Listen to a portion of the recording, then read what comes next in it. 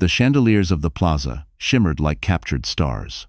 Manhattan's night hummed beneath the ballroom windows, violins whispering through the crowd of silver tuxedos and diamonds that sparkled like broken promises. Lily Carter adjusted the silk strap of her pale blue gown, her 6-month belly gently outlined beneath the fabric. She shouldn't have been there, her husband had said so. But she believed in one last chance. Grant Whitmore, real estate millionaire and self-proclaimed architect of legacy, stood across the room with a champagne flute. On his arm was Sloane Avery, the PR director of Whitmore Holdings and Lily's former college friend. Sloane's red Dior gown caught every flash of the cameras. Lily's heart clenched when she saw Grant's hand resting on Sloane's waist, possessive, public, cruel. A hostess approached Lily with a polite smile, holding a small silver card. "Your seating. Mrs. Whitmore." Paul. Lily took it and froze. The name printed in elegant gold letters read, Mrs. Sloane Whitmore. Her pulse pounded in her ears. "There must be a mistake," she whispered. The hostess only shrugged and hurried away. Around her, laughter swirled, champagne fizzed, and the world blurred into a cruel stage. She pulled out her iPhone, hands trembling. A message blinked on the screen from an unknown number. "Don't come tonight. They're planning to humiliate you." Her throat tightened. Too late now. She looked up just as Grant raised a toast, his Rolex catching the light. "To new partnerships," he said, smiling toward Sloane. Cameras flashed. No one looked at Lily. The music softened into a waltz. Waiters floated by carrying trays of truffle canapes and sparkling water. Lily tried to steady her breath, clutching the clutch bag that held the ultrasound photo of her baby boy. She thought about their first date at a Starbucks near Columbia University. Grant had once promised, "You'll never feel small beside me." Tonight, every glance made her shrink. Grant approached, smile razor sharp. "You weren't supposed to be here, Lily," he murmured. "You'll ruin the photos." "I'm your wife," she said softly. "Not for long," he replied. His cologne mixed with Sloane's perfume, a sickly sweet scent of betrayal. Her vision blurred. The violin faded. Someone nearby whispered, "That's the crazy wife." Another voice laughed. Lily felt the heat rising in her chest. She turned toward the exit, determined to leave before the tears came. But as she reached the marble stairs, she heard Sloane's laugh behind her, high, confident, victorious. Grant's voice carried through the hall. "Security, escort her out. She doesn't belong here." Gasps rippled through the crowd. The spotlights, merciless and bright, found Lily. A guard stepped forward. "Ma'am, please." She froze. Dozens of eyes pinned her in place. Somewhere, a photographer's flash popped like gunfire. Her hand instinctively went to her belly. "Please," she whispered. "I'm pregnant." Sloane smirked. "Oh, we all know, sweetheart. The question is, whose baby is it?" The room went silent. The orchestra stopped mid-note. Lily's breath broke. Humiliation burned through her like acid. She turned to leave, stumbling slightly as the heel of her shoe caught the carpet. The ultrasound photo slipped from her bag and fluttered to the floor like a white flag. Grant didn't bend to pick it up. Instead, he adjusted his cufflinks and said to the nearest photographer, "Delete every picture with her." Lily's tears blurred the golden hall into streaks of light.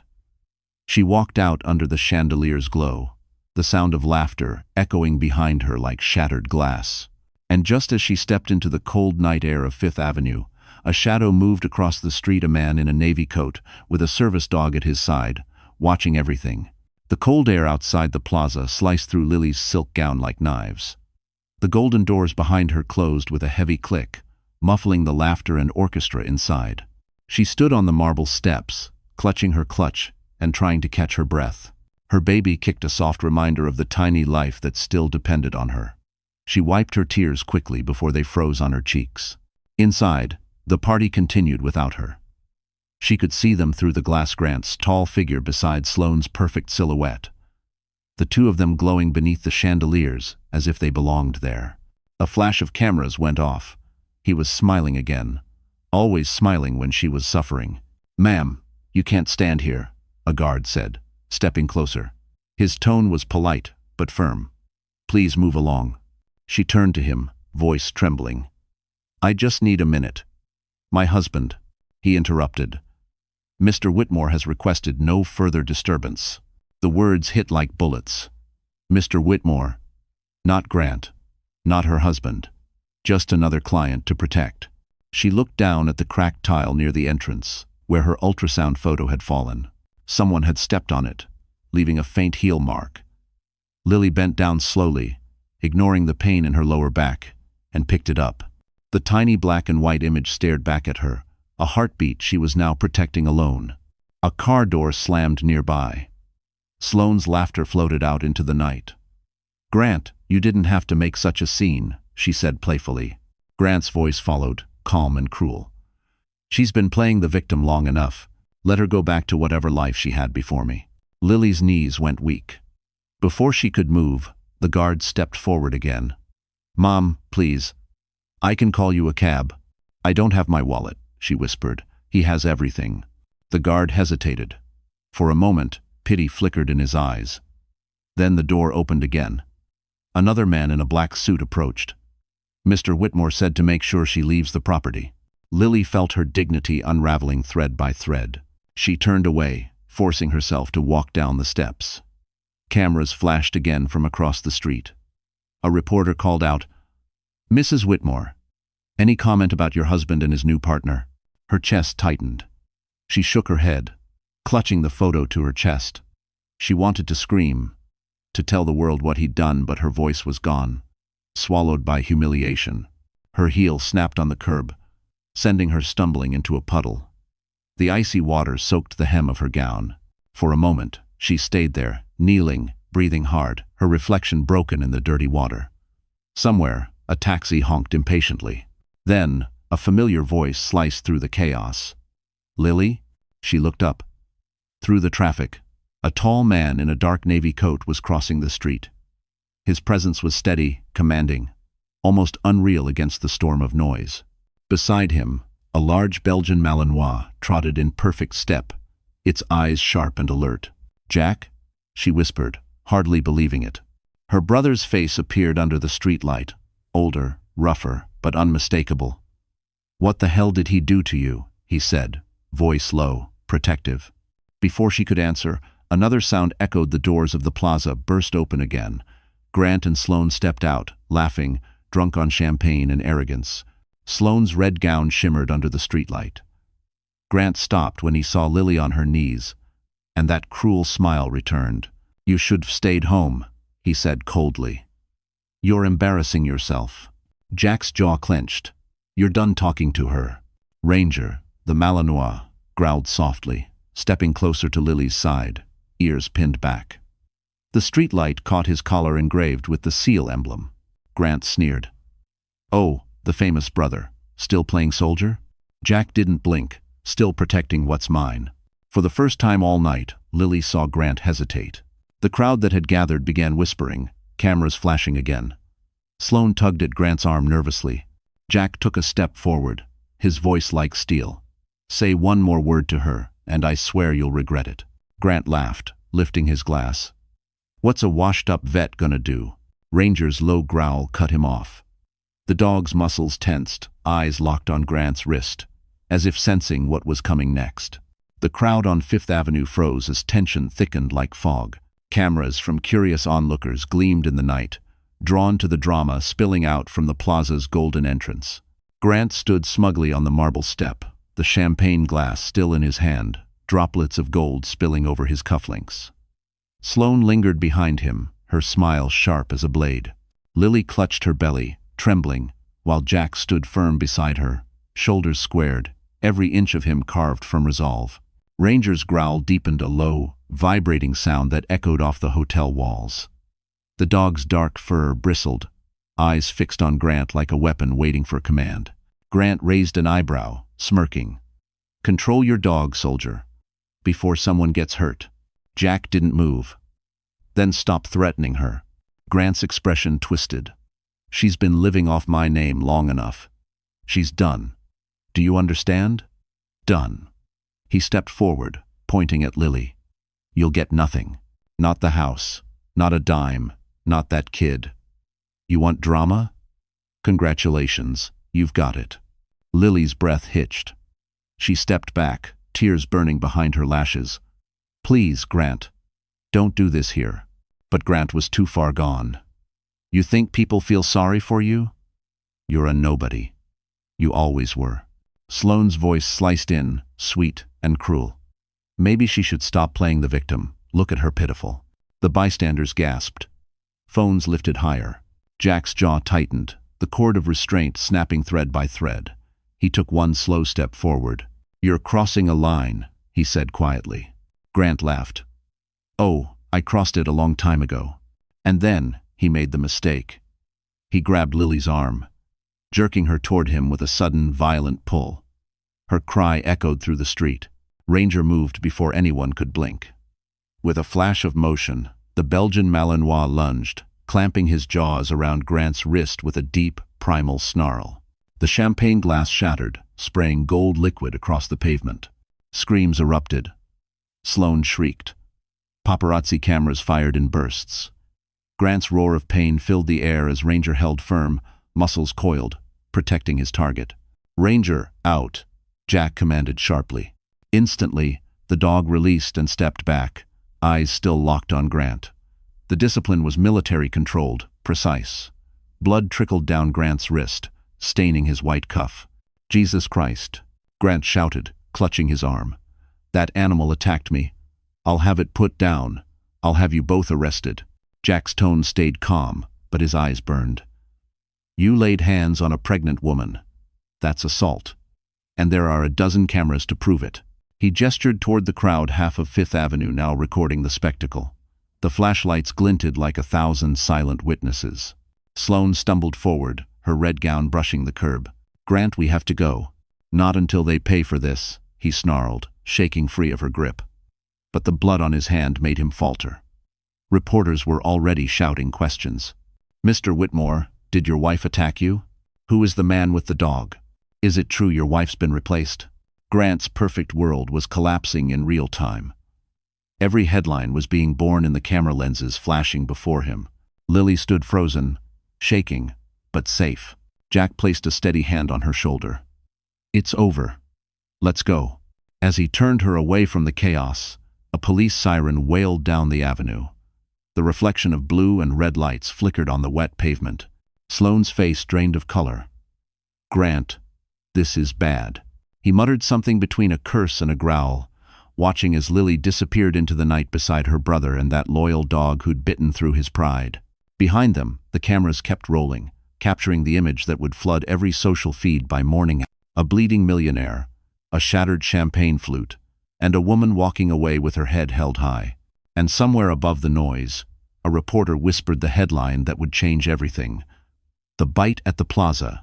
By dawn, Manhattan was already buzzing with the story. The incident outside the plaza had exploded across every social feed, every gossip column, every news crawl on Times Square screens. Millionaire mauled at Gala. Pregnant wife kicked out before dog attack. The bite at the plaza.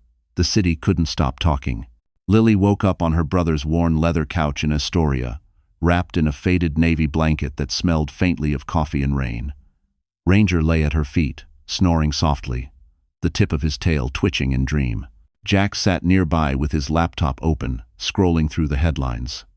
His jaw was tight, a muscle pulsing in his temple. "Grant's PR team is already spinning it," he muttered. "They're calling you unstable, saying you stormed the stage drunk." Lily sat up slowly, her body aching from the night before. "I don't even drink." "I know that," Jack said. "But they don't care about the truth. They care about clicks." She rubbed her temples, eyes stinging from exhaustion. On the coffee table sat her cracked iPhone, buzzing nonstop with messages, most from numbers she didn't recognize. Some offered sympathy. Others were cruel. Gold digger, crazy wife, poor millionaire. Jack handed her a cup of coffee. "Drink. You'll need it." She took a cautious sip, hands trembling. "He's going to ruin me, isn't he?" Jack leaned forward. "Not if we move first. I called someone Alvarez. You remember him? My old commander's cousin. He's a family lawyer now, works on Park Avenue. He owes me a favor." Before Lily could answer, the TV across the room flashed with Grant's face. He stood outside his Midtown office, arm in a bandage, his hair perfectly styled, voice calm and polished. "I hold no ill will toward my wife," he told reporters smoothly. "She's been under tremendous stress. The pregnancy has been difficult, and her brother's dog reacted unpredictably. I only hope she gets the help she needs." Lily stared at the screen, speechless. Grant's performance was flawless, every word rehearsed, every sigh measured. He looked like the victim, not the aggressor. Jack slammed the laptop shut. "I swear to God, if I ever see that smug—" "Don't," Lily interrupted softly. "That's what he wants." Outside, the morning light poured through the blinds, cutting sharp lines across the living room. Lily stood and walked to the window. Across the street, a delivery truck rumbled by, plastered with an ad for the Wall Street Journal featuring Grant's company logo. It felt like he was everywhere. Her phone buzzed again. This time, it was a message from an unknown number. "You're done. He'll take everything." She turned pale. "Jack, look." Jack took the phone, eyes narrowing. "It's a burner number. Probably Sloan. Don't answer." Lily sank onto the couch, covering her face. "They won't stop until I break." "Bun." Jack crouched in front of her. "Then we don't break. We fight smarter. They live in the spotlight. We'll use that against them." He opened his laptop again, pulling up a video file labeled Raw Footage, PLZ. It was the original clip from the gala, unedited. In the corner of the frame, Grant could clearly be seen yanking Lily's arm before Ranger lunged. "Here," Jack said, pausing the video. "This proves everything. We'll send it to Alvarez, have him secure a protective order. And if Grant tries to sue, we go public with the full story." Lily's breath steadied. For the first time since the nightmare began, she saw a flicker of hope. But then Jack's phone vibrated. He glanced at it, expression darkening. "What is it?" she asked. "It's Alvarez," he said quietly. "Grant's already hired his firm's senior partner." The hope drained from Lily's face. "So what do we do now?" Jack exhaled slowly, eyes hardening. "We find another way. But I promise you this, sis, he's not getting away with what he did." Outside, sirens wailed faintly over the city hum. Ranger lifted his head, ears twitching, sensing the storm that hadn't passed, only changed form. And as the first headlines of the morning turned Lily into a villain, somewhere in a penthouse on Fifth Avenue, Grant Whitmore raised a glass of champagne and whispered, "Round one is mine." See. Rain slammed against the windows of Jack's apartment that night, a relentless storm pounding the city as if trying to wash away its sins. The glow from a single lamp flickered across the living room, throwing long shadows over piles of newspapers, coffee mugs, and the open laptop showing Grant's smug face on every news outlet. Lily sat on the couch in one of Jack's old hoodies, knees pulled to her chest, her belly round beneath the oversized fabric. She had been silent for hours. The television droned quietly in the background, a reporter discussing the unstable wife of real estate mogul Grant Whitmore. Each word stabbed deeper. Jack stood by the kitchen counter, phone pressed to his ear. "Yeah, I need a lawyer who's not scared of a millionaire with press connections," he said. "Someone who doesn't play golf with the Whitmores." He listened, his face darkening. "No one." "Then find someone outside Manhattan." He ended the call and rubbed his temples. "Every damn firm's turning us down. He's paid them all." Lily looked up, eyes glassy. "Maybe I should just sign whatever he wants. If I stop fighting, maybe he'll leave me alone." Jack turned sharply. "Don't even say that. That's what he's counting on. You give up, he wins." Her voice cracked. "Jack, he already won. Look at me. I've lost my job, my reputation, my home. He made me look crazy." She glanced at the muted TV screen, where an image of her, crying outside the plaza, looped endlessly beneath the headline, "Wife Loses Control at Gala." Jack stepped closer, kneeling in front of her. "You're not crazy. You're pregnant, exhausted, and betrayed by the man who should have protected you. But you're not broken, Lily. Not yet." Her eyes welled with tears. "He told me once that I was lucky to have him, that without his name, I was just another girl from Queens. Maybe he's right." 10. Jack's jaw clenched. "You listen to me. He can take your money, your apartment, your social status, but he'll never own your worth. You hear me? Before Lily could answer, Ranger lifted his head, ears twitching. A soft growl rumbled in his throat. Jack frowned and walked to the window. Across the street, under the orange streetlight, a sleek black Mercedes idled. "Stay here," Jack murmured. He stepped outside, rain soaking his jacket instantly. The Mercedes pulled away, tires hissing on the wet pavement. He caught the first 3 digits of the plate 107, but nothing more. When he came back inside, Lily was staring at her phone. "Grant just texted me," she whispered. Jack froze. "What does it say?" She turned the screen toward him. "You can run, but I own you. And that brother of yours won't protect you forever." Jack's fists clenched. "He's watching us." Ranger let out another low growl, pacing by the door. The air felt charged, electric, dangerous. Lily's voice trembled. "What if he tries to take the baby?" Jack exhaled slowly, forcing calm. "Then we go to the police tomorrow. We file for a restraining order, bring every piece of proof we've got." She nodded weakly, though fear still clouded her eyes. The storm outside roared louder, shaking the windows. Jack sat beside her again, pulling her close. "You're safe here, I promise." But Lily's mind wouldn't quiet. She thought about the look on Grant's face outside the plaza, the cold amusement, the certainty that he would never be touched by consequences. She whispered, "He's not just trying to destroy me, Jack. He's enjoying it." Jack stared into the dark rain beyond the glass. Then he's about to learn what happens when a seal gets personal. Ranger lay back down at their feet, still alert, his eyes glowing in the lamplight. Outside, thunder rolled through the city like distant artillery. And in a penthouse high above Fifth Avenue, Grant poured another drink, dialing a number on his iPhone, and said coldly, "It's time to make her disappear quietly." Morning crept over Queens in shades of gray. The rain had stopped, but the air felt heavy, swollen with something unseen. Lily stood at the kitchen sink, her reflection pale in the window, clutching a mug of coffee that had long gone cold. She hadn't slept. Every sound from the street below made her flinch. Jack was pacing the small living room, phone to his ear, voice low but tense. "No, I don't care about the risk, Alvarez." He threatened her life. "That's enough to file a protection order." He paused, listening, then muttered, "Fine. Noon tomorrow. We'll be there." When he hung up, Lily finally spoke. "What if the police don't believe me?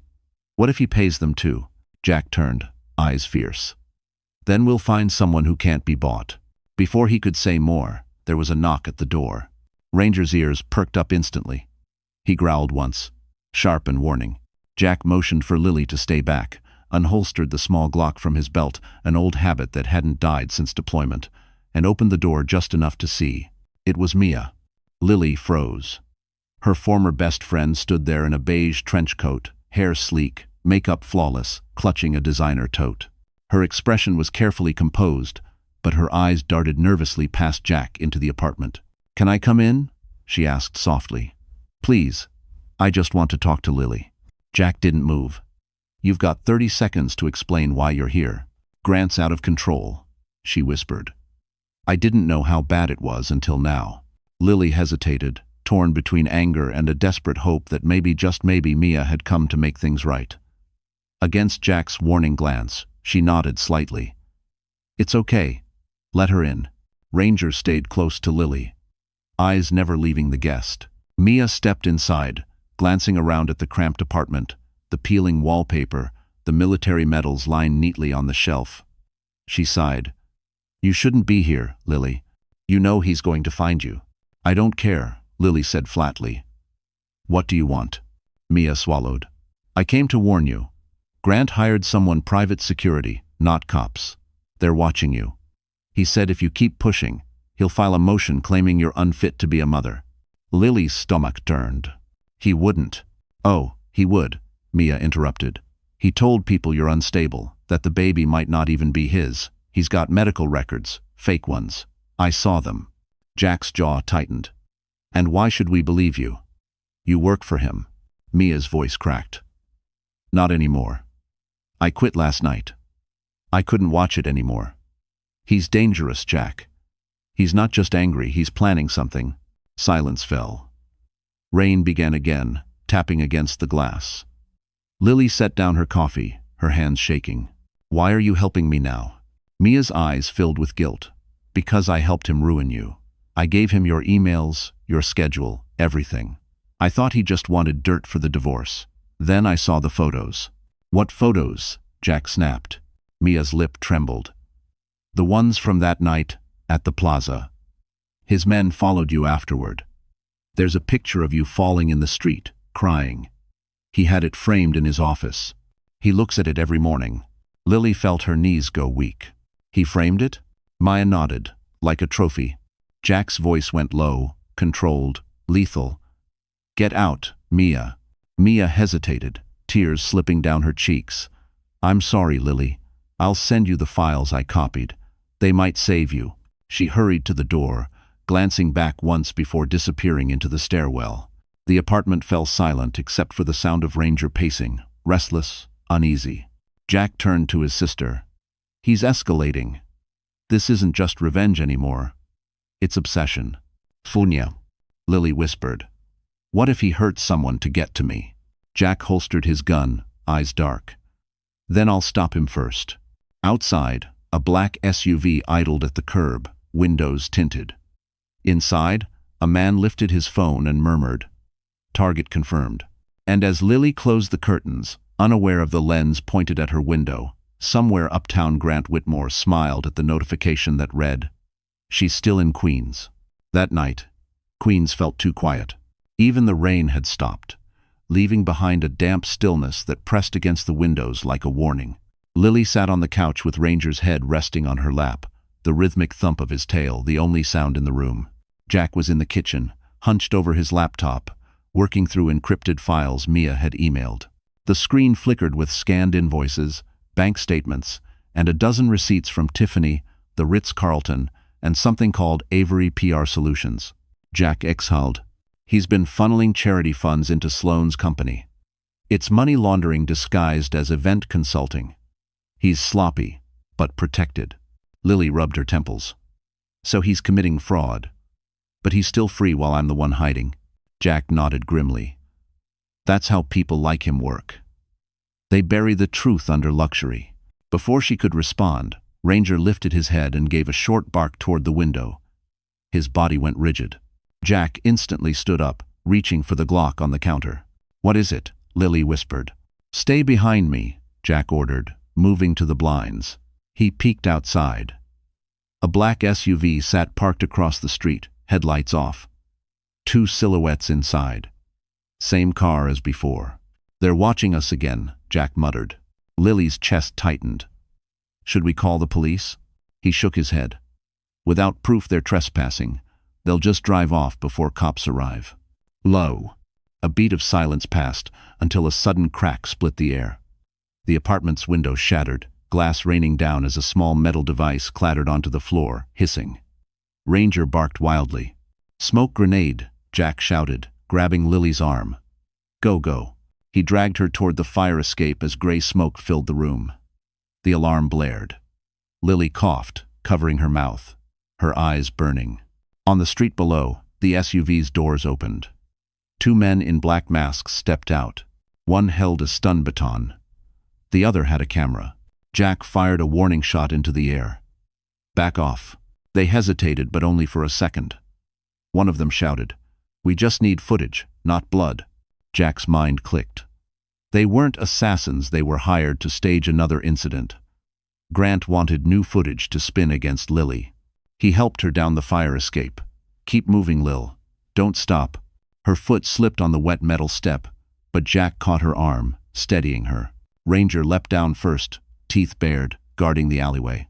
The two men chased them around the corner, phones recording. One yelled, Mrs. Whitmore, stop running. You're resisting legal service. Legal service? Lily gasped. What are they talking about? Jack gritted his teeth. It's a setup. He's trying to make it look like you're violent or unstable again. They reached Jack's truck, an old silver Toyota Tacoma. He shoved Lily inside, Ranger jumping in after her. The masked men ran closer, still filming. Jack revved the engine. You want a show? Here's your show. He threw the truck into reverse, tires screeching, and sprayed the men with muddy water as he sped out of the alley. Lily was shaking uncontrollably. He's insane, Jack. He's actually trying to frame me. Jack's knuckles were white on the steering wheel. Not trying. He's doing it. He wants you scared, cornered, desperate enough to make a mistake. Her phone buzzed again. Unknown number. One message. Next time, the dog won't save you. Ranger growled as if he could read the words. Jack took the next turn sharply, heading toward Midtown. We're not running anymore. Alvarez might be tied up, but I know someone else, an old friend from my unit. He works cyber investigations now. If Grant thinks money can buy everything, he hasn't met a Marine with a grudge. Lily's voice was small. Do you really think we can beat him? Jack looked at her, determination hard in his eyes. We won't beat him by fighting his way. We'll use the truth and his own arrogance to bury him. The city lights flickered on the wet asphalt as they sped across the bridge, leaving Queens behind. And from the penthouse balcony on Fifth Avenue, Grant watched their taillights vanish on his security feed, smiling as he said to Sloane, "Perfect. Now they've officially gone rogue." The city glowed beneath the rain-washed sky as Jack's truck roared down FDR Drive.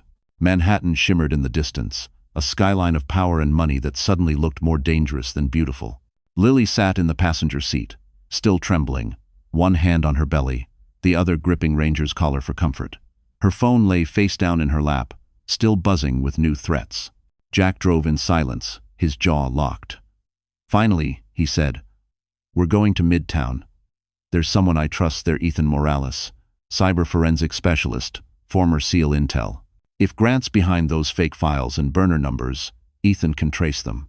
Lily stared out the window at the glimmering skyscrapers. "You really think some hacker can stop a man like Grant?" Jack glanced at her. "He's not just a hacker.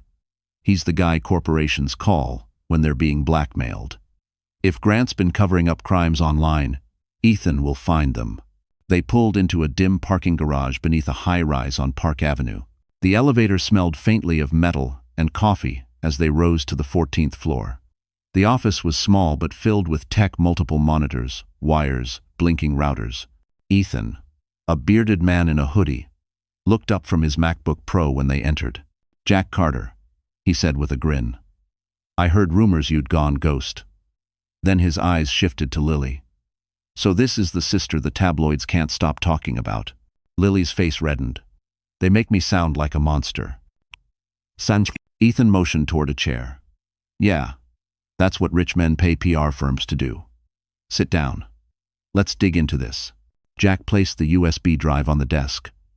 "Files from Mia Avery, emails, receipts, account transfers. She says Grant's laundering charity money into shell companies. We also think he's fabricating medical documents to question Lily's mental health." Ethan plugged in the drive, his fingers flying across the keyboard. Code scrolled across the screen. "Okay, this is bad," he muttered. "Really bad. These aren't just shell accounts. These are encrypted under an offshore network in the Cayman Islands. He's hiding millions through Sloane's firm." Lily's stomach turned. "So it's real." "Oh, it's real," Ethan said. "And he's not just stealing money.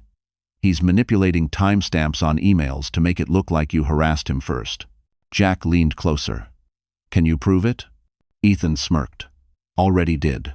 He opened another window, showing digital footprints, IP addresses, all leading back to Whitmore Holdings headquarters, Fifth Avenue. But then his expression shifted. "Hold up." "What?" Jack asked. Ethan zoomed in on a line of code. "There's remote access active right now. Someone's tracking your phone location." Lily's blood ran cold. "You mean right now?" He nodded. "It's a spyware app hidden in one of your text backups. He's been reading your messages, tracking everywhere you go. He knew you were in Queens because your iCloud was compromised." Jack's fists clenched. "That son of a boring," Ethan interrupted. "Don't worry. I can flip it. If we reroute the signal, we can feed him fake GPS data.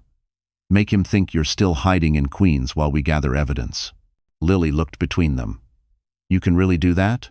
Ethan grinned. "Sweetheart, I've taken down oil companies. A spoiled millionaire's nothing." He typed faster, screens flashing with maps and coordinates. After a tense minute, he leaned back. "Done." His tracker's now following an empty apartment in Astoria. Meanwhile, we'll copy everything from his cloud. His private server's syncing to a backup folder named Legacy Vault. That's where his dirty secrets live. Lily exhaled shakily. I don't know how to thank you. Ethan gave her a small smile. You can thank me by surviving this. People like Grant think money makes them untouchable. But digital footprints don't lie. Santry. Jack placed a hand on Ethan's shoulder. You're saving her life. Just doing what I do. Ethan replied. Then, as if on cue, Lily's phone buzzed again, this time with a new number and a new message. You think hiding behind your brother will save you? Look outside. Jack rushed to the window. Parked across the street was a black Mercedes, headlights on. Ethan frowned. They found you faster than I thought. Part. And as Ranger growled, the car door opened and a woman stepped out in heels, holding a white envelope addressed to Lily Carter. The moment the woman stepped out of the Mercedes, the entire office seemed to tighten with tension. Her heels clicked against the wet pavement as she crossed the street, black umbrella tilted just enough to hide her face from passing glances. She looked expensive, sleek hair, a white trench coat, and a diamond watch glinting under the streetlight. But her eyes, when they lifted toward the building, were cold. Lily's breath hitched. That's her, she whispered. That's Sloane. Jack moved closer to the window, muscles taut. Stay back. She's not here for a chat. Outside, Sloane paused at the lobby entrance, handed the envelope to the doorman, and murmured something. Moments later, the elevator dinged upstairs. Ranger began to growl before anyone even moved. Ethan swore under his breath, shutting his laptop. She tracked you here. That envelope's not a love letter, it's a trap. Probably legal papers or a recording device. The elevator doors opened with a chime that sounded too soft for how dangerous it felt. Sloane Avery stepped out, her perfume trailing behind her, a sweet, suffocating scent. Lily remembered from every gala, every dinner party where she'd smiled through humiliation. Hello, Lily, Sloane said smoothly. Still hiding behind your brother, I see. Jack stepped forward, blocking her path. You've got 30 seconds to explain why you're here before I throw you back down that elevator. Sloane's smirk didn't falter. Relax, soldier. I'm just the messenger. She placed the envelope on Ethan's desk. Grant wanted me to deliver this personally. Divorce papers. He's filing for full custody. Lily's stomach dropped. Full custody? He can't warn Z.gom. Oh, he can, Sloane interrupted. He's claiming you're emotionally unstable, financially dependent, and my favorite part, potentially violent. He's got video proof. Jack's eyes narrowed. Video of what? Sloane grinned wider. Of you, Jack. From last night. Pulling a gun in Queens. The smoke grenade. You made it too easy. Ethan's fingers flew over the keyboard. She's not lying. Someone uploaded footage to a private cloud 30 minutes ago. Same metadata as Grant's office server. Lily's pulse thundered in her ears. He's setting us up again. Sloane tilted her head, feigning pity. Come on, Lily. You married a powerful man. You knew this game came with consequences. Jack took a step closer, his voice low and dangerous. You think this is a game? Sloane met his stare evenly. To him, everything's a game. You just don't realize he's already won. She leaned toward Lily, voice dripping venom. You should have stayed quiet. Women like you don't beat men like Grant. Ranger barked, the sound echoing through the office. Sloane flinched, then forced a laugh. Still hiding behind your mutt too. Jack's patience snapped. Get out. Sloane held up her hands in mock surrender. Fine. But when this goes public tomorrow, don't say I didn't warn you. She turned, heading for the door. As she pressed the elevator button, she glanced back with one last smirk. Oh, and congratulations. It's a boy, right? Too bad his father's the only one who'll get to raise him. The elevator door slid shut. Lily's knees buckled. Jack caught her before she hit the floor. She's bluffing, he said, though his voice trembled with fury. Ethan shook his head, scanning through data. No, she's not. They uploaded a heavily edited clip to a media outlet already. It shows Jack firing his gun cut right before the smoke grenade. Makes it look like you two staged an attack. Lily buried her face in her hands. He's going to destroy us. Ethan's tone hardened. Not if we get ahead of it. I can hack the rest of his cloud before he wipes it. We'll find something that burns him worse than he's burning you." Jack stood, pacing like a caged animal. "He wants a war? Fine. We'll give him one." Ethan handed Lily a flash drive. "This is everything I've got. So far, his offshore accounts, the fake invoices, the manipulated emails. If anything happens to me, you use this." Lily took it with trembling hands. "Ethan, what do you mean if something happens?" He gave a grim smile. "Because the moment I break into his main server, Grant will know. He has digital watchdogs monitoring every intrusion. Once I hit that firewall, there's no turning back." Jack stared at him. "So what's the plan?" Ethan typed rapidly, pulling up the encrypted server connection. "Simple. We go in, grab the proof, and bring him down before morning." The screen glowed blue, a spinning cursor waiting. Then, all at once, the monitors went black. The lights flickered out. A voice echoed through the office speaker system, smooth, male, familiar. "Well, well," Grant Whitmore said. "Did you really think I wouldn't be watching?" And in the flicker of emergency light, Lily saw her reflection in the dark glass, trapped, hunted, and now face to face with the monster himself. Alvarez arrived at noon with a leather briefcase, a reputation like granite, and a single purpose: to dismantle Grant Whitmore's polished lies piece by piece under Manhattan law today publicly. He walked into the small conference room where Lily, Jack, Ethan, and Ranger waited, carrying coffee and a stack of documents stamped, notarized, and impossible to refute under oath today. Alvarez placed a thick manila folder on the table and opened it with a deliberate calm that made even Jack sit straighter and breathe slower as cameras recorded every move. In the folder lay bank ledgers, transfer confirmations, emails with headers from Whitmore Holdings, time-stamped invoices for event consulting, and a record of a transfer to Sloan Avery's Cayman shell. Ethan pushed a flash drive forward and explained how he mirrored Grant's private cloud, recovered deleted files, and followed IP trails straight to the Fifth Avenue server this morning securely. Alvarez then produced medical records showing that Lily's prenatal visits were documented at Lenox Hill, with notes indicating stress, not instability, contradicting the fake reports Grant circulated throughout the year. Most damaging was a voicemail from Grant to Sloan discussing how to control the narrative and fabricate incidents to hurt Lily's credibility. Alvarez played the clip. Grant's voice was smooth and arrogant, admitting he would break her and plant evidence to ensure public humiliation and legal leverage so no court could help. A hush fell as the recording ended. Lily's fingers dug into her palm, and Ranger whined softly, the dog sensing the sudden shift from rumor to damning proof right now. Alvarez stood, voice leveled, and filed for an emergency restraining order, an injunction to freeze Whitmore Holdings' discretionary accounts, and an immediate custody hearing postponement effective until full discovery concludes. The judge, a no-nonsense woman who reviewed the evidence in silence, signed the temporary order within an hour, her pen slamming the fate of Grant's morning headlines and reputation too. News vans assembled outside the courthouse as reporters shouted questions. Social feeds flipped from pity to outrage, and the public eye began to tilt toward a different story thread today.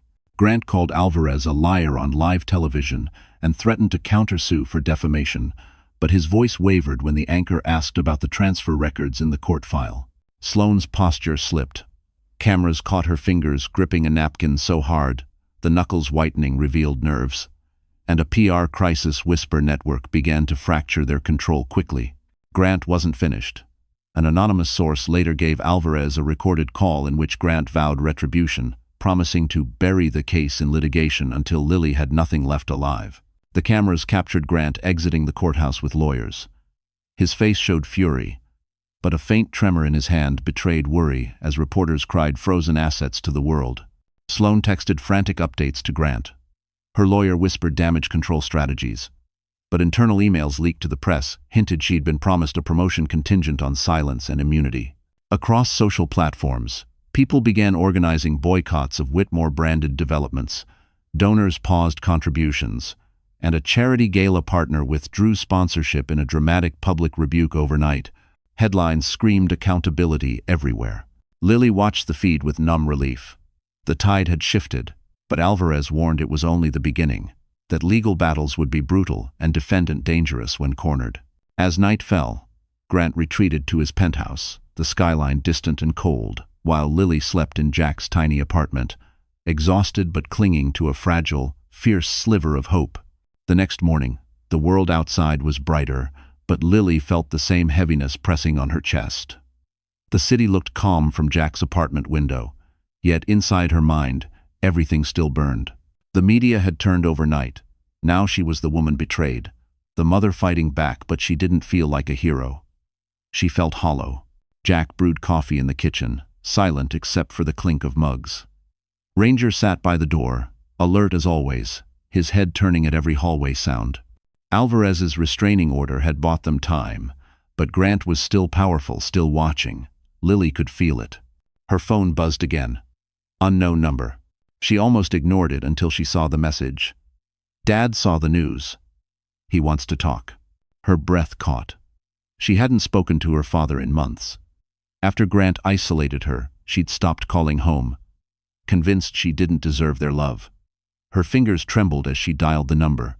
The line rang twice before a voice answered, soft, old, but still steady. Lily? Tears filled her eyes immediately. Dad. Sweetheart, he said quietly. I saw everything on the news. I wish your mother were here to see how strong you've become. Lily sank into the couch, clutching the phone. Strong? Dad, I'm barely surviving. Grant's ruined my name. I'm hiding in your son's apartment, and I can't even sleep without jumping at every sound. You're still standing, he said. That's strength. Jack looked up from across the room. When she mouthed Dad, he nodded silently, letting her have the moment. Her father hesitated. There's something you need to know. A letter came in the mail yesterday addressed to you, from Grant's lawyers. I didn't open it. Lily's stomach twisted. He found you? Yes. But that's not the worst part, her father said slowly. There was another envelope, smaller, with no return address. Inside was a photo of you and Jack outside the courthouse yesterday. Someone's watching you from closer than you think. Jack's expression hardened instantly. He grabbed his keys and motioned for Ethan on speaker. We've got another breach. Track every security feed near the courthouse. Ethan's voice crackled through the phone. On it. If Grant's team's tailing you, I'll find their plates before sunset. Lily covered her face with her hands. It's never going to stop, is it? Jack knelt in front of her. It will. But you have to hold on a little longer. We're closer than you think. Before she could answer, Ranger let out a sudden sharp bark and ran to the door. Someone knocked 2 short raps, then silence. Jack's hand went to his weapon automatically. Who is it? A woman's voice replied, trembling. It's Mia. Jack opened the door just enough to see her. She looked wrecked, makeup smudged, eyes red. He's losing control, she said, voice cracking. Grant's panicking. He knows about Ethan's hack. Lily stood. What do you mean? He's sending people to wipe his servers tonight. He's paying off a tech firm to destroy every file that could expose him. Once that's gone, your proof disappears. Jack cursed under his breath. When? Midnight, Mia said. I shouldn't even be here. If he finds out, I warned you. Lily stepped closer. Then don't go back to him. Stay with us. Help us finish this. Mia shook her head. I can't. He still has my family's money tied up in his accounts. If I cross him completely, we lose everything. Lily's eyes softened. So did I. Mia's face crumpled. I'm sorry. She handed Jack a folded paper. This is the name of the data center. Downtown, under a false company name. If you want to stop him, you'll need to go tonight. Then she turned and fled down the hall before they could stop her. Jack unfolded the note and read the address. He's burning evidence. Lily looked at her brother, fear mixing with fire in her eyes. Then we stop him before he erases the truth. Ranger barked once, sharp and ready. And as the city lights flickered to life outside, Lily realized this wasn't just about revenge anymore. It was survival, and tonight would decide which one of them walked away. The rain returned after sunset, fine and steady, whispering across the city like a warning no one wanted to hear. Park Avenue shimmered under the wet glow of headlights as Jack's truck rolled toward downtown Manhattan.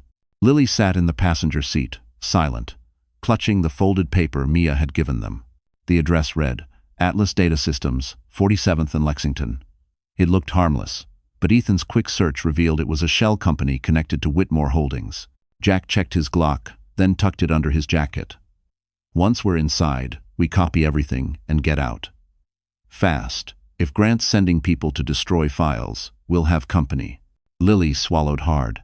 Jack, are we really doing this? Breaking into a building could get us arrested. Bore. We're not breaking in, Jack said, glancing at her. We're saving evidence before it's destroyed.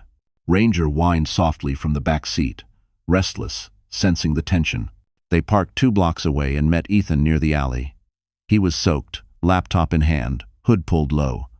Security's tight but lazy, he said. Cameras loop every 60 seconds. I can get us through the service door. Lily's breath clouded in the cold. If Grant catches us. He won't, Ethan interrupted. He's too busy cleaning his public image. But someone else might. Jack nodded. Let's move. The 3 of them slipped through the alley, the sound of rain masking their steps. A single red light blinked above the service door. Ethan pulled out a device the size of a deck of cards and pressed it to the lock.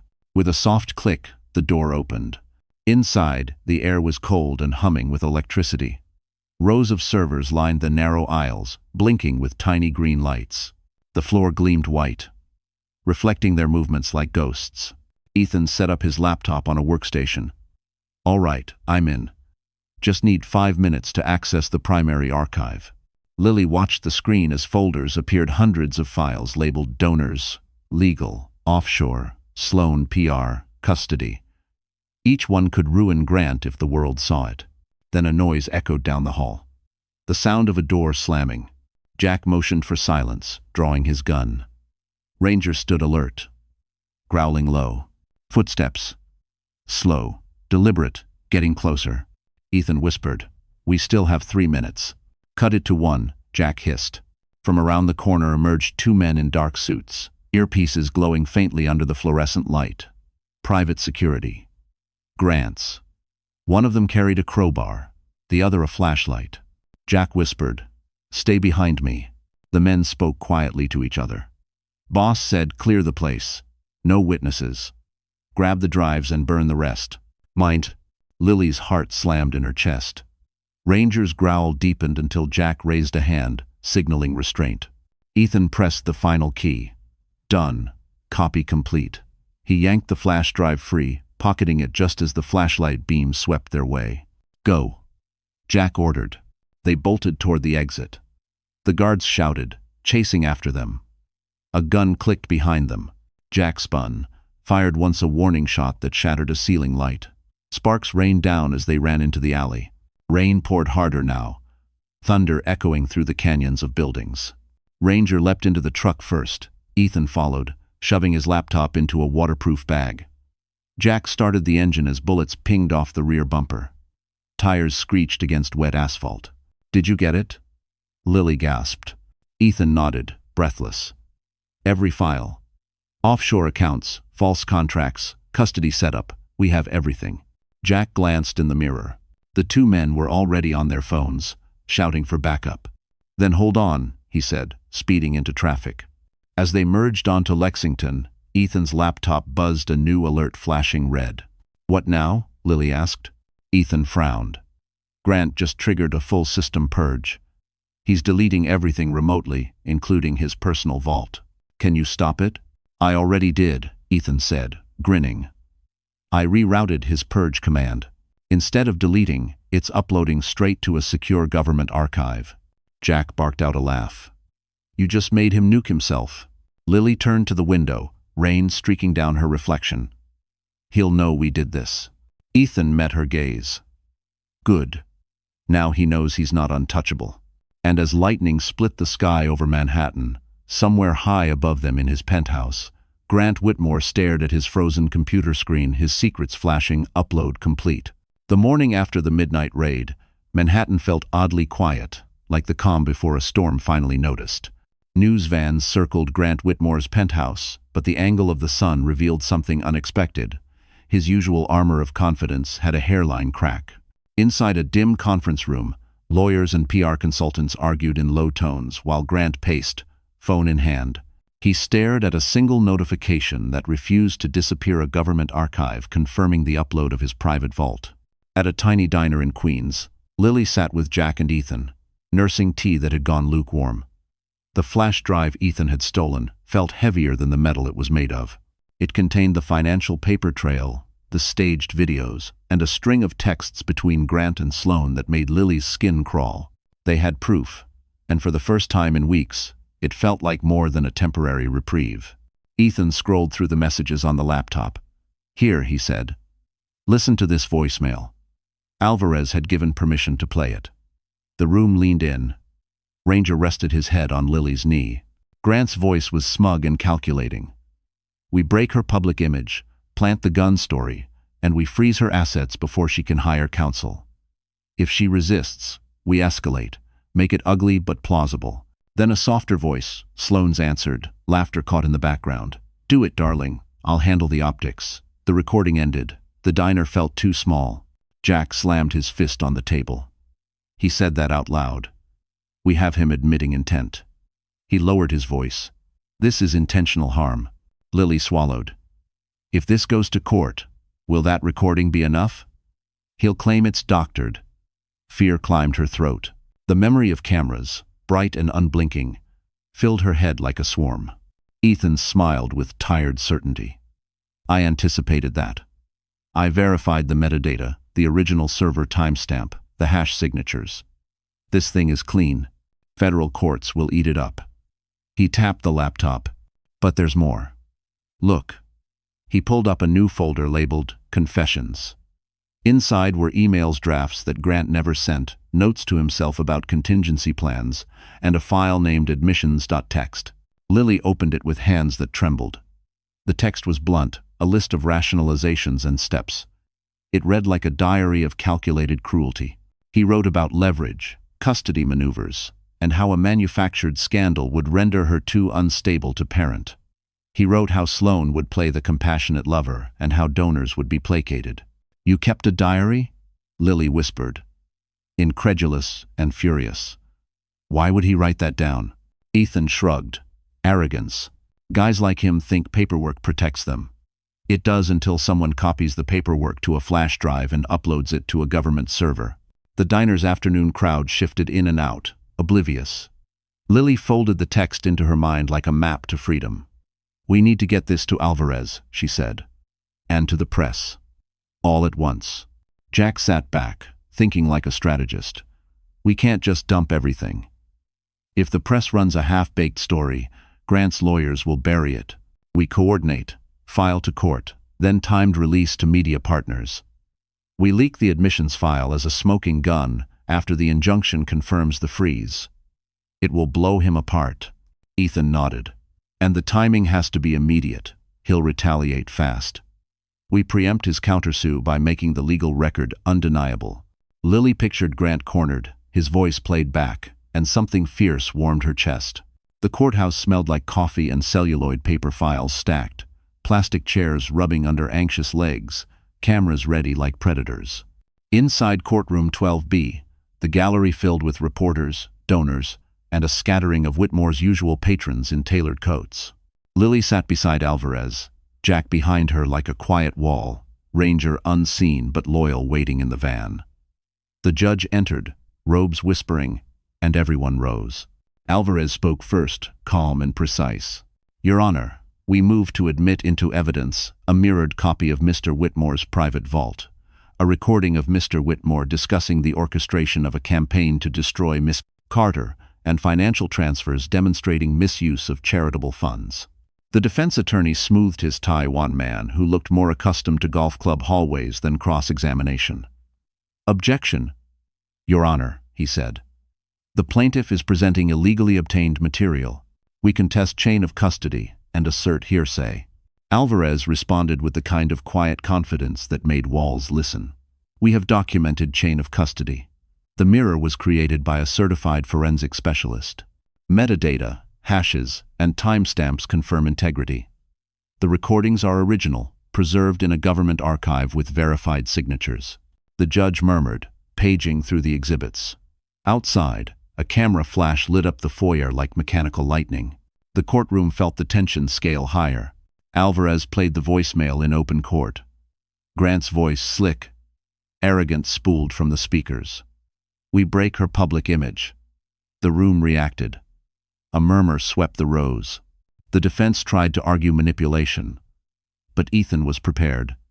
He stood under oath and explained, with technical clarity, how metadata and server certificates rendered any claim of tampering implausible.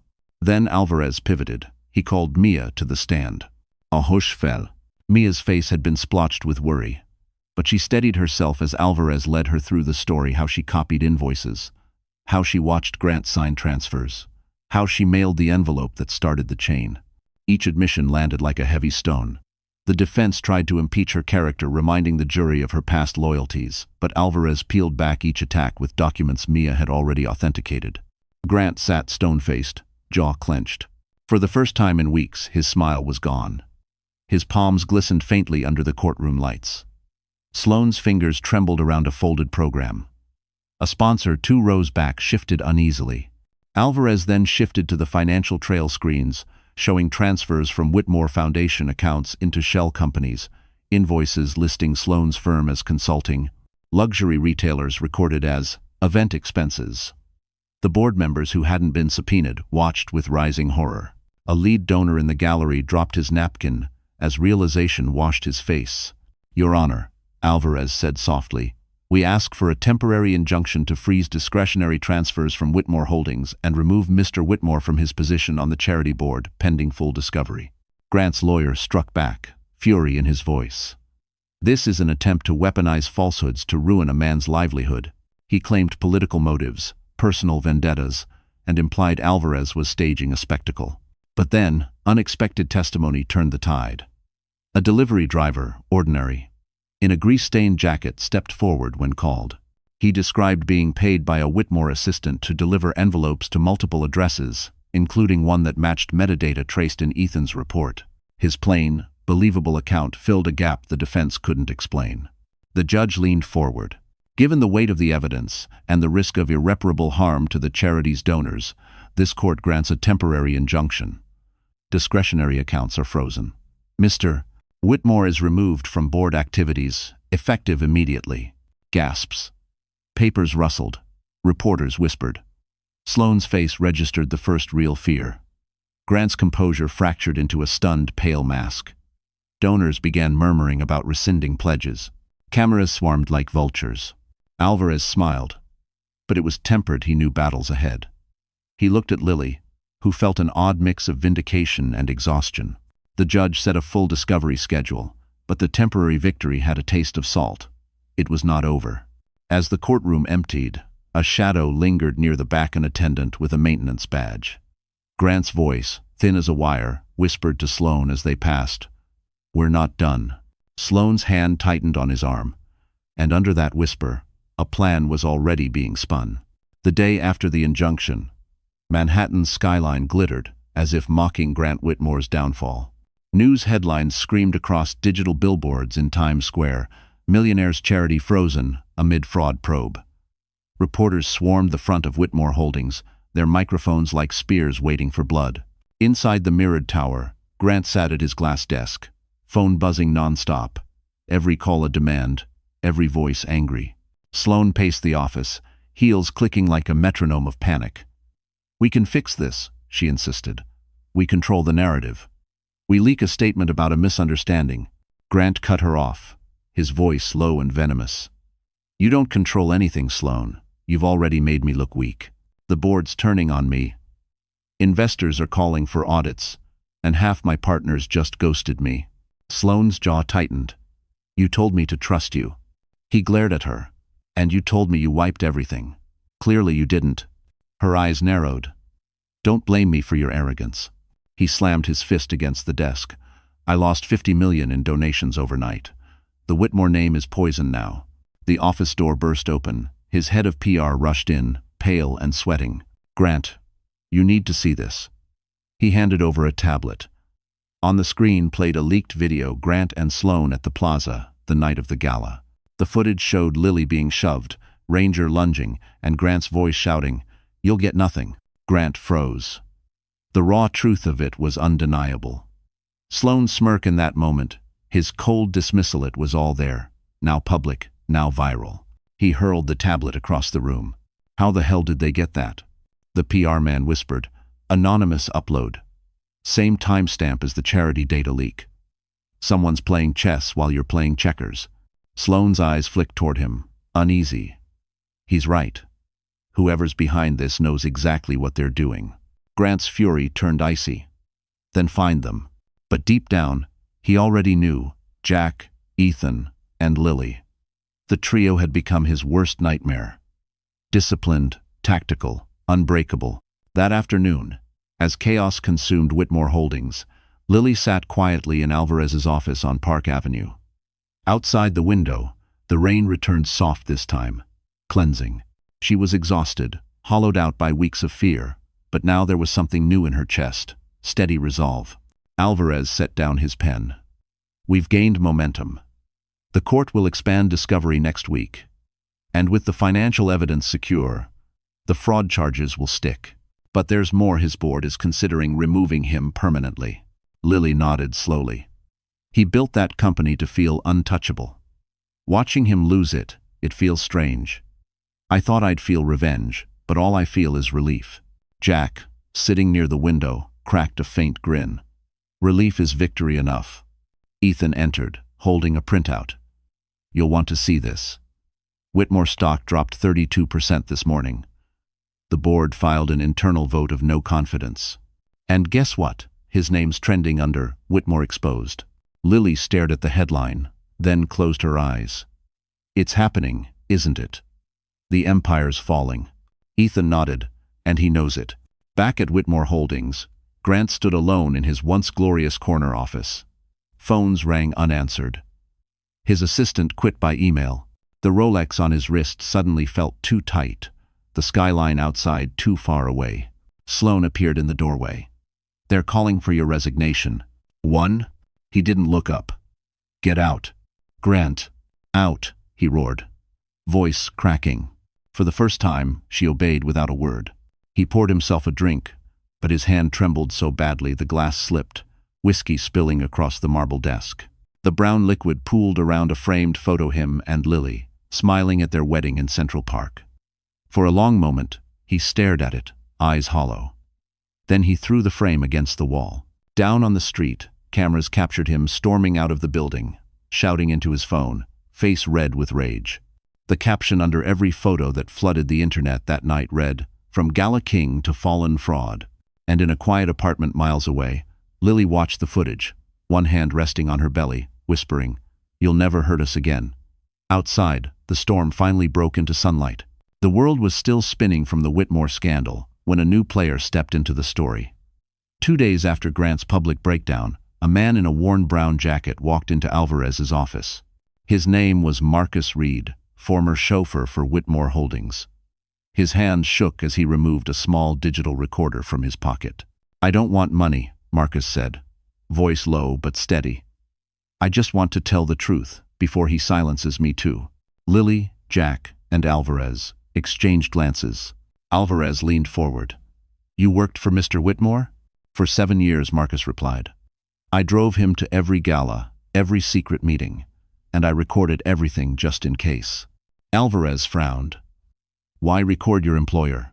Marcus gave a humorless smile. "Because I knew one day I'd need proof to protect myself. Grant doesn't just destroy people in business, he destroys them for fun." He pressed play. The recording crackled, then filled the room with Grant's unmistakable voice. "Transfer the funds to the Cayman account. If the auditors ask, it's a strategic loan. And make sure Sloane files that fake invoice under event decor. No one ever questions pretty paperwork." Lily's stomach turned. The sound of his voice still made her skin crawl. Marcus pressed play again. Another clip, Grant laughing. "You know what the best part is, Sloane? She'll never see it coming. She'll think she left me. But really, I'll leave her with nothing, just like I planned from day one." Ton. Jack's jaw clenched. He was planning it all along. Marcus nodded. He bragged about it. Every night in that damn car. He thought I was invisible. Alvarez exhaled slowly. "Mr. Reed, these recordings could change the entire case. Are you willing to testify? Marcus hesitated. He's got people watching me. After the story broke, I found a GPS tracker under my car. If I testify, I need protection. Jack leaned forward. You'll have it. I'll see to it personally. 1. The man looked relieved, shoulders sagging. Then I'm in. I've got more recordings of him threatening city inspectors, bribing donors, talking about the night of the gala. He called it performance art. Said making her cry in front of cameras was brand genius. Lily covered her mouth, shaking her head. He called my humiliation art. Marcus's expression hardened. To him, everything was theater. Even cruelty. Alvarez stood, gathering the evidence. We'll submit these to the DA first thing tomorrow. This pushes us from civil fraud into criminal conspiracy. He won't walk away from this. Jack placed a hand on Lily's shoulder. He's running out of shields. Ethan burst into the room, phone in hand. You're going to want to see this. Grant just held a press conference. They crowded around the phone. On screen, Grant stood behind a podium, face pale but defiant. These allegations are fabricated. I have been extorted by my unstable ex-wife and her criminal brother. Any supposed evidence is the result of illegal hacking. He paused, smirked for the cameras. I intend to clear my name in court. No one humiliates me without consequence. Jack muttered. He's still bluffing, but Ethan pointed to the scrolling news ticker. No, he's retaliating. He just filed a defamation suit for $100 million. Alvarez's brow furrowed. He's trying to bury us in paperwork, stall the criminal case. Lily straightened. Resolve, replacing fear. Then we fight twice as hard. I won't be bullied into silence again. Marcus nodded. There's one more thing. The night he fired me, he said something strange. He told Sloan, if it ever gets bad, call Evan. I didn't know who that was until I saw today's news. Ethan looked up. Who's Evan? Marcus slid a photo across the desk, a man in sunglasses, standing beside Grant's Mercedes. Evan Cross. His fixer. Ex-private security. Ex-Black Ops. He cleans up messes permanently. Lily's blood went cold. You mean he kills for him? Marcus didn't answer, but his eyes said everything. And as thunder rolled over Manhattan again, Jack's phone buzzed with a single text from an unknown number. You can't protect her forever. Night fell over Manhattan like a closing curtain, heavy and unyielding. In Alvarez's office, the lights burned late, the air thick with unease. Jack checked the blinds again while Ethan's laptop hummed quietly. Marcus Reed sat near the door, wringing his hands. The name Evan Cross hung in the air like a curse. Lily stood by the window, watching the city shimmer below. So this man the Forney works for Grant? She asked, her voice barely a whisper. Marcus nodded. Worked. Maybe still does. I only met him twice, but that was enough. He doesn't talk, doesn't blink, doesn't leave footprints. People say he used to do contract work for private security firms, Black Ops level. Jack's hand went instinctively to the gun holstered beneath his jacket. Then we treat him like a professional threat. Alvarez frowned, flipping through files. We can't accuse Whitmore of hiring a hitman without proof. If this man acts outside the law, we call the feds. But for now, we need to keep Lily hidden. Lily turned from the window. I'm tired of hiding. Alvarez. I've been scared every day for months. I can't live waiting for him to send another monster after me. Jack crossed the room, steady but firm. You're not hiding, you're surviving. There's a difference. Ethan looked up from his screen. We've got movement. Someone just accessed Grant's private GPS app from an offshore address. Coordinates lead to a warehouse on the East River belongs to a logistics company owned by Evan Cross. Alvarez's eyes narrowed. That's too specific to be coincidence. Jack nodded. Then that's where we go. Lily stepped forward. You're not going alone. Jack shook his head. Absolutely not. You stay here with Alvarez. I can handle this. Jack. Lily, he interrupted, softer now. You have a baby to protect. Let me do my job. She wanted to argue, but the conviction in his eyes silenced her. Within the hour, Jack and Ethan drove through the wet streets of Brooklyn toward the East River docks. The warehouse loomed ahead gray, windowless, and silent except for the hum of the nearby bridge. Ethan parked behind a stack of shipping containers. "Security cameras on every corner," he muttered. "Give me 30 seconds." He opened his tablet and typed furiously. The cameras flickered off one by one. Jack drew his weapon and moved toward the side entrance. "Stay low. We're just confirming he's here." Inside, the warehouse was a maze of crates and shadows. The faint smell of gasoline hung in the air. A single bulb flickered above a table in the center of the floor. On it sat a laptop, open to a paused video, Grant's face frozen mid-smirk. Jack approached cautiously. "This feels wrong." The video started playing automatically, Grant's voice filling the space. "Hello, Jack. If you're hearing this, congratulations. You're predictable." Ethan cursed under his breath. "It's a setup." A red light blinked on the laptop. A hidden camera. Grant's pre-recorded voice continued, mocking and calm. "You think you're the soldier saving the helpless? You're the bait. My man Evan will take care of the rest." The sound of footsteps echoed behind them. Heavy, deliberate. Jack turned, weapon raised. Out of the shadows stepped a tall man in a black coat, his face expressionless, eyes like glass. "Evan Cross. You shouldn't have come here," he said quietly. Jack fired a warning shot. Evan didn't flinch. He stepped closer, movements smooth, controlled. Then, faster than thought, he kicked the gun from Jack's hand.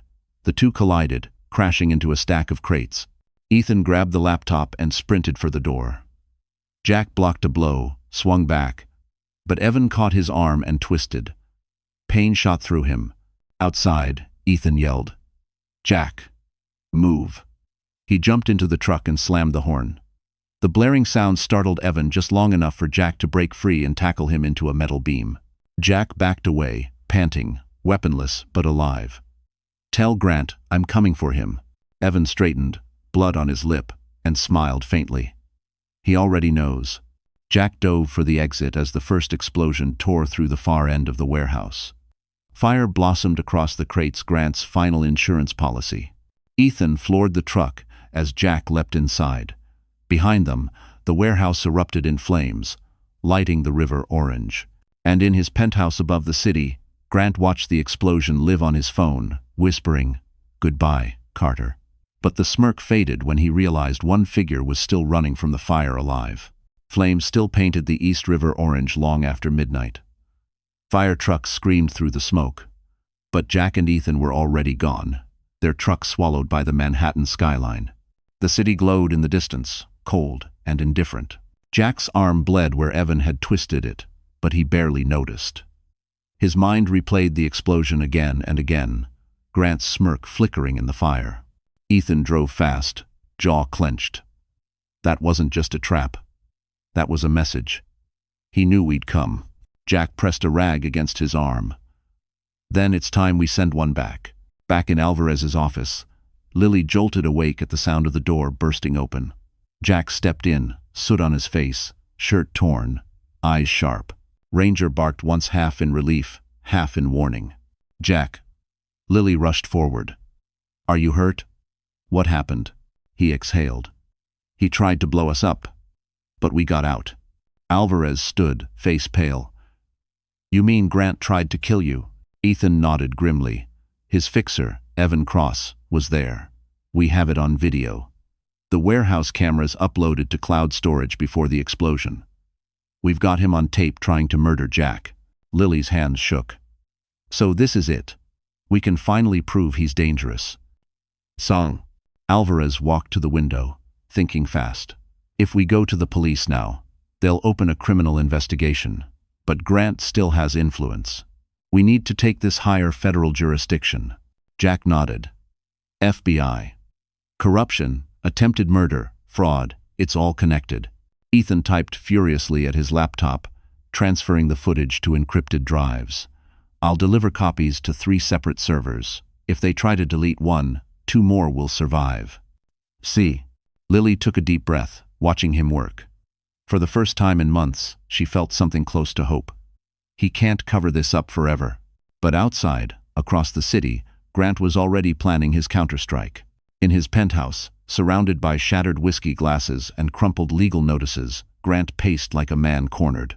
The television showed his face under the headline, "Whitmore under federal scrutiny." He muted it, disgusted. Sloane stood near the bar, pale, silent. "It's over, Grant," she said softly. "You can't win this." He turned on her, eyes blazing. "I built everything from nothing. I made this city respect me." "You made them fear you," she replied. "There's a difference." He grabbed her wrist. "You're not walking away." Her voice trembled. "Let me go." He didn't. Not until her other hand raised the phone she'd been recording him with the entire time. "You just gave me what I needed," she whispered, backing away. "You're finished." 5. Grant froze. She ran before he could reach her. Back downtown, Alvarez's phone buzzed. It was an encrypted message from an unknown number. He read it, frowned, and passed it to Lily. It was a video file, Sloane's recording of Grant's outburst.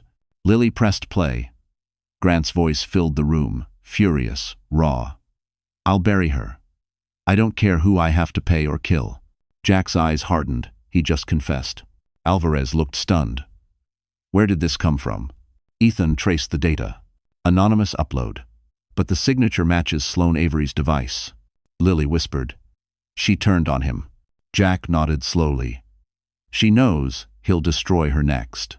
The room fell silent except for the faint hum of city noise. Alvarez straightened. "This is it. We take everything, videos, recordings, Marcus's testimony, and we go federal. By morning, the FBI will have warrants for Whitmore Holdings and Grant's accounts." Lily's voice was steady now. "And I'll be there when they take him away." 1. Hours later, as dawn painted the skyline pink, black SUVs lined up in front of Whitmore Holdings. Agents poured inside, badges flashing, while reporters screamed questions from behind barriers. Grant watched from his balcony, a haunted figure in an empty palace. For a moment, he almost smiled as if he couldn't believe the empire he built was burning before his eyes. But when the first agent called his name, the smile vanished. And miles away, Lily stood by the window, the morning sun warming her face, whispering, "Justice doesn't always roar. Sometimes it arrives in silence and handcuffs." The courthouse on Center Street was surrounded by flashing lights and voices rising like waves. Camera crews, reporters, and protesters crowded the marble steps as federal agents escorted Grant Whitmore inside, handcuffed, pale, and furious. The city that once adored him now watched with sharpened eyes. Headlines scrolled across every screen. Whitmore indicted on fraud, conspiracy, and attempted murder. Lily stood at a distance beneath a gray umbrella. Jack was beside her, the rain soaking his coat. Ranger pressed against his leg. Alvarez adjusted his tie, face unreadable but eyes burning with purpose. "This is only arraignment," he said quietly, "but it's the beginning of the end." Grant glanced over his shoulder as he was led through the crowd and his gaze locked on Lily. For a brief, chilling second, the world shrank to that stare. The man who once vowed to love her now, glaring with hate so pure it almost felt holy. Then the agents pushed him forward. Inside the courtroom, marble gleamed under sterile light. The judge read the charges aloud, her voice steady and clipped. Conspiracy to commit fraud, money laundering, attempted homicide, tampering with evidence, defamation. Each word hit the room like a hammer. Grant's attorney rose smoothly, a polished man in an immaculate navy suit. "My client pleads not guilty to all charges. The evidence against him is circumstantial, the recordings illegally obtained, and the witnesses compromised by personal bias." Alvarez stood next. "Your Honor, the prosecution possesses authenticated recordings, bank statements, testimony from multiple insiders, and video footage placing the defendant's hired contractor, Evan Cross, at the scene of an attempted bombing." The judge nodded. "The evidence will speak for itself." At the prosecution table, Marcus Reed adjusted his collar, nervous but resolute. Lily could see him trembling slightly. When called, he approached the stand, swore in, and began recounting everything. The car rides, the threats, the conversations about breaking her. His voice cracked halfway through, but the truth carried weight no polish could hide. Grant's lawyer tried to discredit him. "Mr. Reed, Isn't it true you were terminated from Mr. Whitmore's service for misconduct? Marcus met his gaze evenly. I quit. The night I realized I was driving a man who thought ruining lives was a hobby. The courtroom murmured. Next came Mia. She wore a simple black suit, eyes rimmed red. When asked why she'd betrayed her employer, she whispered, "Because I couldn't keep helping a monster." She handed over her email archives and the receipts she'd once forged on Grant's orders. Each document added another nail to his golden coffin. Ethan testified last, calm, precise. He explained how Grant's cloud system contained fraud trails, falsified reports, and private messages planning Lily's emotional collapse. The defense objected multiple times, but every objection crumbled under the weight of digital proof. When the prosecution rested, the defense called no witnesses. Grant sat there, stone-faced, eyes fixed on Lily. During closing arguments, Alvarez stood tall, his voice echoing through the chamber. Power doesn't absolve cruelty. Money doesn't erase accountability. For years, Grant Whitmore used fear as his business model, until he targeted the wrong woman. Justice isn't revenge, Your Honor, it's restoration. And it begins here. Grant's lawyer countered with rhetoric and polish, painting Grant as a visionary undone by a bitter ex-wife and jealous brother. But the jury's faces told a different story. They'd seen enough. Hours later, the judge returned. Her gavel struck once. Bail denied. The defendant will remain in federal custody, pending full trial. A gasp rippled through the courtroom. Grant turned, straining against the guards. You think this is over? He hissed toward Lily. You haven't seen the last of me. Lily didn't flinch. No, Grant, she said quietly. The world has finally seen the real you. Sen, as the guards led him away, cameras flashed again, capturing the image that would flood every screen before nightfall. Grant Whitmore, the once untouchable millionaire, now just another man in chains. And as the doors closed behind him, Lily exhaled the first breath of freedom she'd taken in years, whispering, "Justice doesn't roar, it endures." 6 months later, spring returned to New York with a gentleness Lily had almost forgotten existed. The trial had been relentless, the headlines merciless, but truth had outlived the chaos. Grant Whitmore was convicted on all major charges, fraud, conspiracy, and attempted homicide, and sentenced to 25 years in federal prison. His empire crumbled overnight. Whitmore Holdings dissolved under bankruptcy filings, his penthouse seized, his name erased from the marble walls of every gala that once worshipped him. Lily stood on the terrace of a small brownstone in Brooklyn that she and Jack had rented. The air smelled of rain and blooming lilacs. She rested a hand on her belly, now rounder, the baby kicking softly beneath her palm. Ranger lay nearby, tail flicking lazily, his loyalty unshaken. Jack stepped outside, coffee in hand. His arm, once bruised and bandaged, had healed into a scar, a reminder of what they'd survived. "You okay?" he asked quietly. She smiled faintly. "For the first time in years, I think I am." He leaned on the railing beside her, watching the sunrise spill gold across the skyline. "You know, when I came back from deployment, I thought I'd seen every kind of war. But this, what you went through, it was worse." She shook her head. "You fought enemies who wore uniforms. I fought one who wore a wedding ring." They both went silent, the truth of it hanging between them. Downstairs, Alvarez was packing up documents. The case was over, but he had come to deliver the final paperwork. Restitution for Lily, legal guardianship of her unborn child secured, and full immunity from Grant's final countersuits.